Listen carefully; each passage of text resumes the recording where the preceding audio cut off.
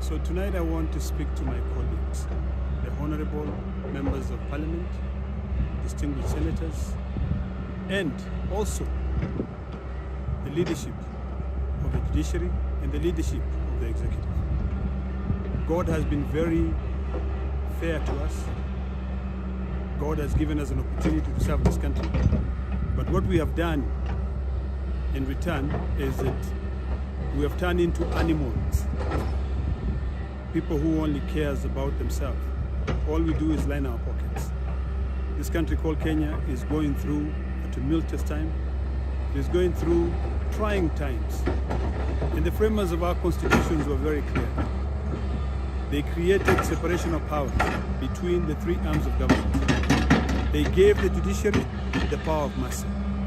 They gave us, legislators, the power of the purse.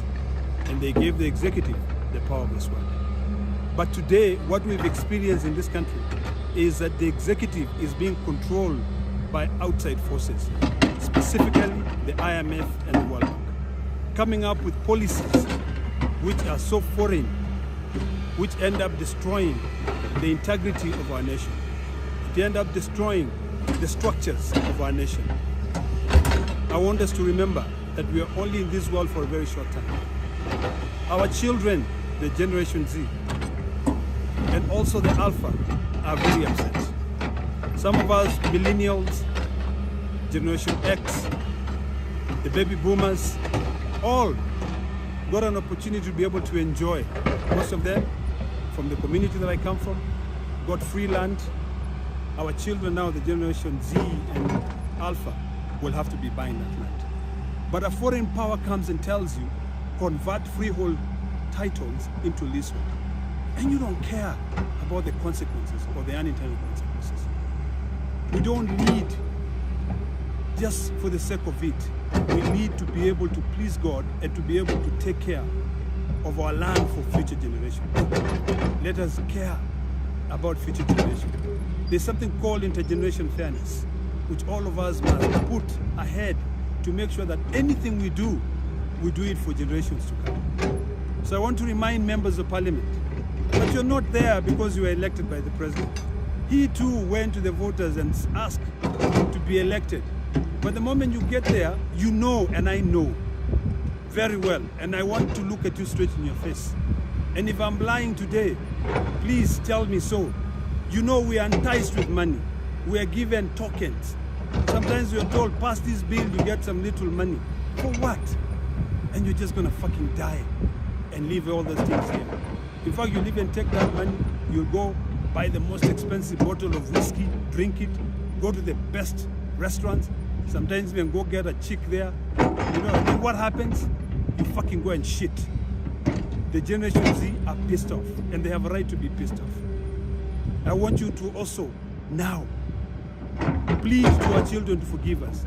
This morning, I was watching a woman who just lost her child, cursing our generation, cursing the president and his family.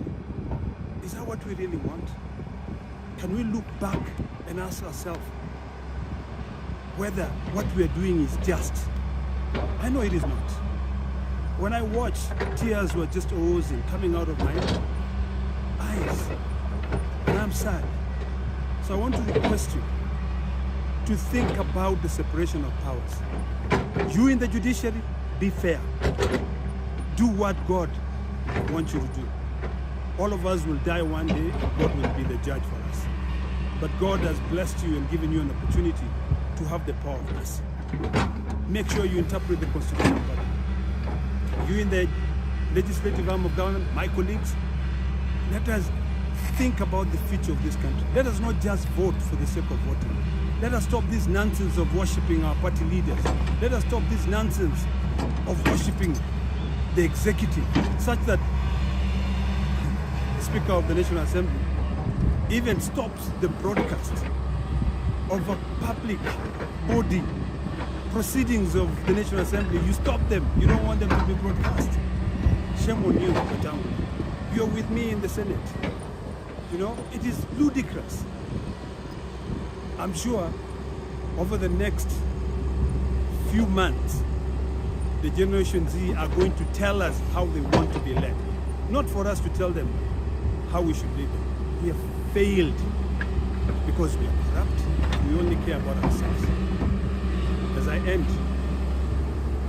if in these 2 months we meet our fate, or our destiny, or our doom, so be it, because we surely deserve it. But remember that one day all of us will die. Let us do good to the people who will come there after us. Finally, fuck IMF.